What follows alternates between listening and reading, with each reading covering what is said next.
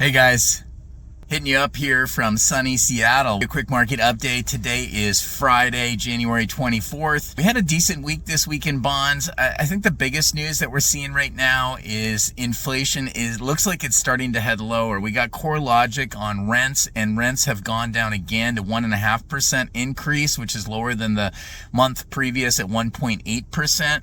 And what that means is that's a big component in a lot of these inflation numbers that we're seeing, like in the CPI, the PPI, and the PCE. That's the Consumer Price Index, the Producer Price Index, and the Personal Consumption Expenditures Report.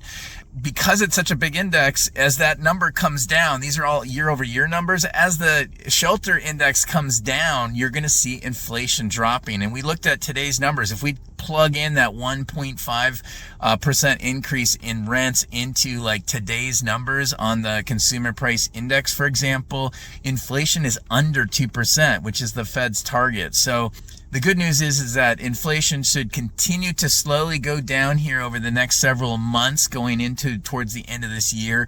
That's going to be good news for the Feds. They like to see that number moving lower. I think the stagnant inflation numbers will start to go away, and that's really going to put us in a position to see some lower rates coming down the pike as well, which is really important too. Another thing we saw is unemployment on Thursday came in hotter than expected, so more jobs lost than expected, and I think that's going to continue as well, and that's another thing the Feds are looking at to hopefully drop rates multiple times this year. So I think overall it was kind of a decent week, and looking forward to some lower inflation reports in the near future.